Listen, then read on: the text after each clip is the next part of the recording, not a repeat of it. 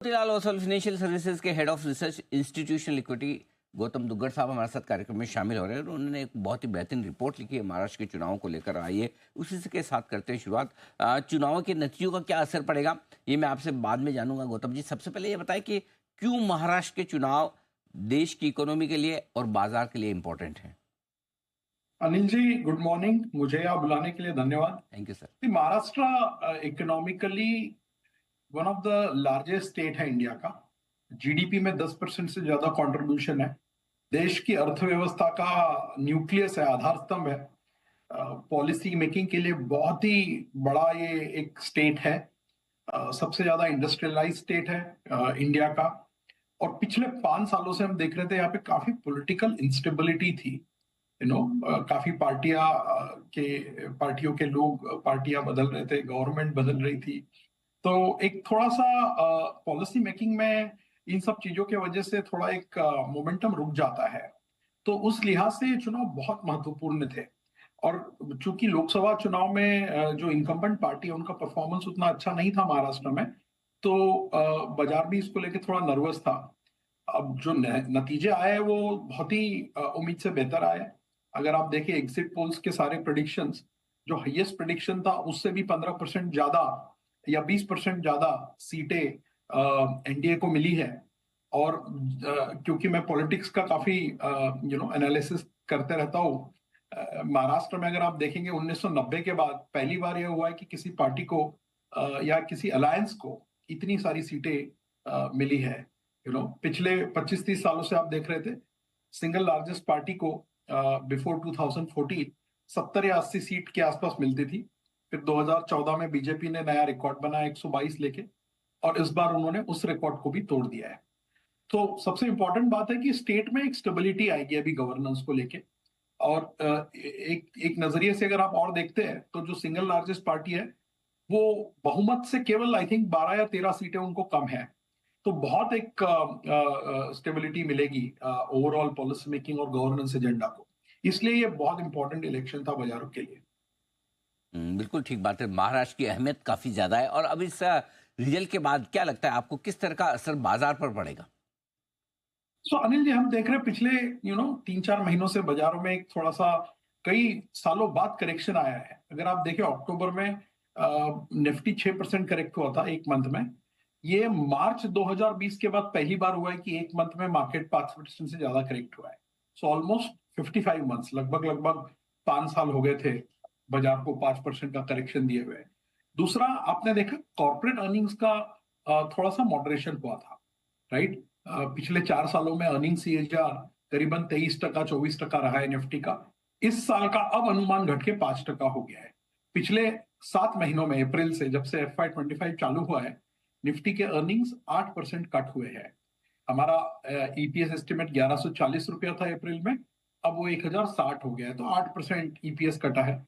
और अगर आप फ्राइडे तक का मार्केट देखते हैं, बिफोर फ्राइडे के रैली के पहले का, तो निफ्टी भी 10% ऊपर से करेक्ट हो चुका था। तो बाजार बहुत फेयर था, जितना अर्निंग्स कटा है उतना ही निफ्टी में भी करेक्शन आपको दिखा था। अब यहां से आगे की जो जर्नी रहेगी वो दो चीजों पे निर्भर करती है। एक तो अंडरलाइंग फंडामेंटल्स में क्या हो रहा है, क्योंकि पहला 6 महीना में थोड़ा स्लो डाउन सेट हुआ है। गवर्नमेंट स्पेंडिंग ग्रोथ 0 था। कैपिक्स स्पेंडिंग गवर्नमेंट का 15% डाउन था। साथ ही साथ कंजम्पशन में ये क्वार्टर के नतीजों में हमें सुनने मिला कि अर्बन कंजम्पशन में एक थोड़ा सा स्लो डाउन देखने को मिला है। तो अब यहां से कंजम्पशन कैसे रिवाइव होता है, कैपेक्स कैसे रिवाइव होता है, ये सबसे इंपॉर्टेंट चीज है फंडामेंटल तौर पे। और दूसरा, फ्लोस को आप कभी नजरअंदाज नहीं कर सकते हैं। पिछले 2 महीनों में एफआईआई की करीबन $17 बिलियन की सेलिंग हुई है। ये बहुत अच्छी बात है कि डोमेस्टिक रिटेल इन्वेस्टर्स का जो मोमेंटम रहा है फ्लोस का, सेविंग का, डीआईएस ने पूरा वो फ्लो ऑब्वियसली एब्जॉर्ब किया है। सो उस वजह से आपने देखा होगा कि जितना निफ्टी में करेक्शन आया है, लगभग उतना ही मिड कैप और स्मॉल कैप इंडाइसेस में आया है। पास्ट की अगर आप हिस्ट्री निकाल के देखोगे तो हमेशा मिड और स्मॉल कैप में करेक्शन ज्यादा रहता है जब लार्ज कैप 10% करेक्ट होते हैं। तो ये शायद एक मैं तो पहली बार देख रहा हूँ पिछले कई सालों में कि मिड कैप और स्मॉल कैप में करेक्शन निफ्टी के उतना ही आया है, राइट। तो ब्रॉडर मार्केट की वैल्यूएशन अभी भी महंगी है मिड कैप और स्मॉल कैप इंडेक्स की। मिड कैप इंडेक्स 30 के पीई पे है, स्मॉल कैप 23 के, और निफ्टी अब लगभग 20 के पीई पे आ गया है। तो अर्निंग्स और फ्लोज ये दो चीजें डिसाइड करेगी। एक सेंटिमेंट बूस्टर जरूर मिल गया है। अब कई सारी चीजें मॉनिटर करनी होगी कि जियोपॉलिटिक्स कैसे मूव होता है, बिकॉज वो हमेशा एक प्रॉब्लम एरिया रहता है, कभी रशिया यूक्रेन तो कभी इसराइल, तो वहां से भी बहुत फर्क पड़ता है फ्लोज को लेके और सेंटिमेंट्स को लेके। और दूसरा डॉलर इंडेक्स, आपने देखा होगा 6 नवंबर के बाद जब से अमेरिकी इलेक्शन समाप्त हुए हैं, डॉलर इंडेक्स में काफी तेजी आई थी। उस वजह से आपने देखा कि इमर्जिंग मार्केट में थोड़ा सा करेक्शन देखने मिला था। सो ये दो तीन चीजें मैटर करेगी आगे के लिए, बट फॉर नाउ सेंटिमेंट काफी इंप्रूव हो चुके हैं अभी। बिल्कुल ठीक बात है। तो सेंटीमेंट बेहतर होने का फायदा मिलेगा ही मिलेगा, और ऐसे में आगे तेजी और बढ़ने की आप कर सकते हैं उम्मीद। गौतम जी बताएं फिर इस पूरी तेजी में क्या कुछ आपको पसंद आता दिख रहा है, आप कहाँ निवेश करने की राय देंगे? सो अनिल जी, इलेक्शन की वजह से हमारे सेक्टरल प्रेफरेंसेस में बिल्कुल भी चेंज नहीं आया है। जब अर्निंग्स खत्म हुए थे, हमने हमारे रिव्यू रिपोर्ट में भी लिखा था कि हमारे प्रेफर्ड सेक्टर 4-5 है। आईटी, जो हमने पिछले 6 महीने में इस सेक्टर में वेट डबल कर दिया है। अप्रैल में हमारा 8% वेट होता था, जुलाई में 11 किया है, अक्टूबर में 15। और ये काफी फायदेमंद साबित हुआ है पिछले 3-4 महीने का। अगर आप स्टॉक प्राइस का मूवमेंट देखेंगे आईटी सेक्टर का, तो ये करेक्शन में आईटी ने बहुत अच्छे से आउट परफॉर्म किया है। दूसरा सेक्टर जो हमें पसंद है वो है banking, both PSU private bank as well as non lending NBFC. In fact private bank हमने 2 सालों बाद अंडरवेट का ओवरवेट किया है, और हमें लगता है वहां पे वैल्यूएशंस बहुत अट्रैक्टिव है, PSU as well as private में। Third is industrials, which is capital goods. और चौथा है रियल एस्टेट, जहां हमें यहाँ पे से भी साइकिल और अच्छे रहने के आसार नजर आते हैं।